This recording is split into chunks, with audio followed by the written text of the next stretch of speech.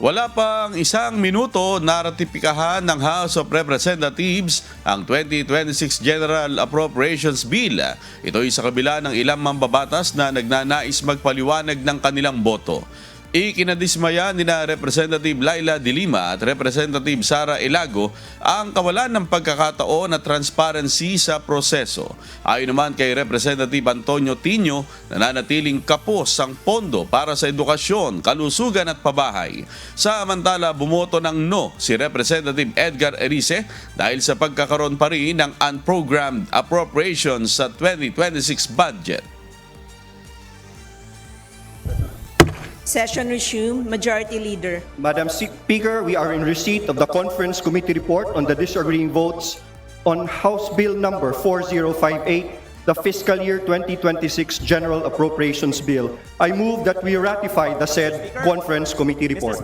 All those in favor of the Conference Committee report say aye. Aye. All those against say nay. Mr. Speaker, The ayes have it. The said Conference Committee report is ratified. Actually po yung ratification naman po talaga by procedure, viva voce voting naman po talaga yun. So it actually usually just takes that quickly kasi it's ayes and nays lang naman po talaga. Pag viva voce po, usually hindi na ina-explain yung vote. But for viva voce, generally po, it's you don't usually po, it's really just that. It's you call for a vote and then ayes and nays and then nag-rule. Yes, may ganun lang ang boto, aye, and then nay votes. Pero there's no prohibition on the manifestation or for any one of those who register for no votes to explain for the record the no votes.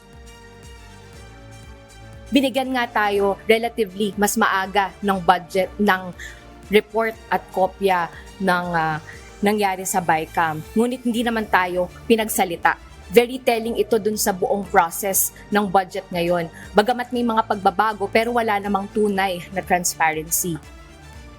Ito naman yung isa pang red flag. Tulad ng sinabi ko kanina, yes, binawasan yung tinatawag nating pork sa DPWH budget pero nilipat lang to sa iba.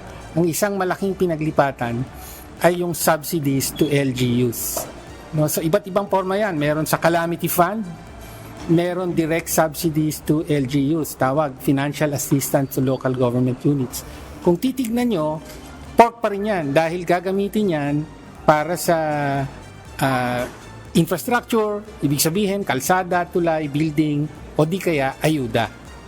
So, nandiyan pa rin ang pork, nilagay lang sa ibang lugar at idadaan sa ibang ruta. I will question this with the Supreme Court para magkaalaman na.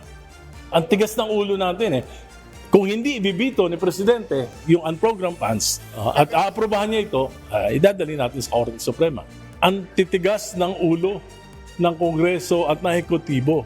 Maliwanag naman yung desisyon mismo ng isang maestrado sa Korte Suprema, si Justice Hernando. Sinabi niya na any form of unprogrammed funds is unconstitutional.